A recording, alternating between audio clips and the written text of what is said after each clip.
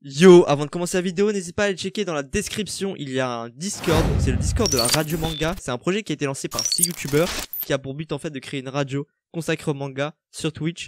Et il y aura d'ailleurs des best-of sur YouTube. Donc n'hésite pas à aller checker dans la description. Tu rejoins le Discord et tu me fais extrêmement plaisir. Bonne vidéo à toi. Comment ça, 5 mois sans une vidéo sérieuse? Les gars, je peux tout vous expliquer.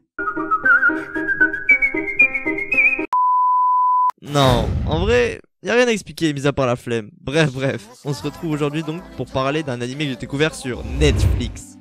Bon, au début, je vais pas vous cacher, c'était comme pour mes vidéos. J'avais la flemme. Et après, il y a eu du monde qui m'en a parlé, je me suis dit, bon, pourquoi pas? Je l'ai regardé, et là, il y a eu un lutin qui est entré en moi, et qui m'a mis littéralement une gifle incroyable. Vous me connaissez maintenant, il suffit de voir mes vidéos. Et là, vous savez que j'ai une vie de chômeur. Donc j'ai juste saigné l'animé. Pôle emploi, il attendra. On arrête de parler chinois. Et on est parti pour parler de Beastar. Kimi no namae wa?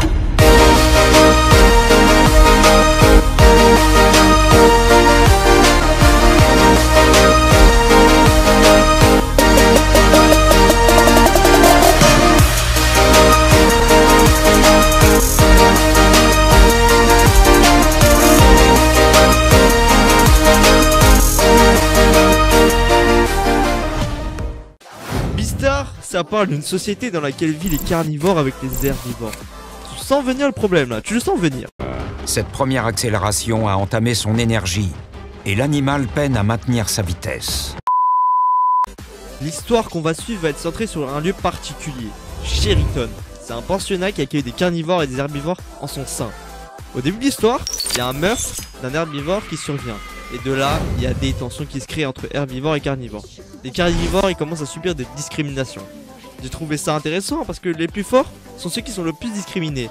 Certains carnivores se mettent donc à vouloir commettre des meurtres, où il y en a même certains qui commencent à en avoir marre de gérer leur soif de sang et qui se retrouvent à faire des pratiques lamentables.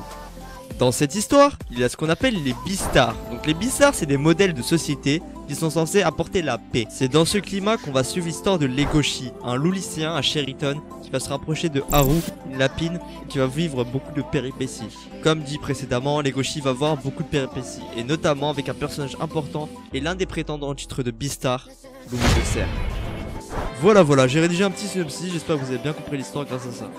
Donc au moment où je vous parle, l'anime possède une saison de 12 épisodes.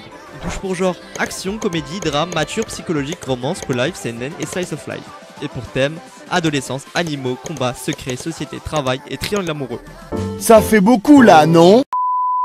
Et pour ceux qui se posent déjà la question, le studio Orange, qui est le studio de Beastar à qui on doit Black Bullet, a annoncé qu'il allait avoir une saison 2. Sincèrement, j'attends ça avec impatience. J'ai hâte de savoir la suite de cette histoire. Voilà, c'est tout pour les petites informations de Beastar. Maintenant, on va parler de pourquoi j'ai aimé cet animé et pourquoi je vous le conseille. En seulement 12 épisodes, franchement, on a pu prendre connaissance de beaucoup de personnages. On a pu aussi en apprendre davantage sur cette société et les problèmes qui l'entourent. Il y a eu des moments de suspense, des moments drôles aussi.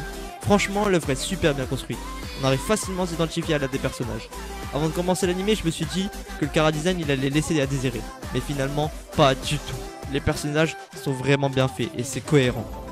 Pour ce qui est de l'OP et des endings, bon je vais pas vous le cacher, l'OP je l'ai pas trop kiffé. En fait la musique elle est cool etc.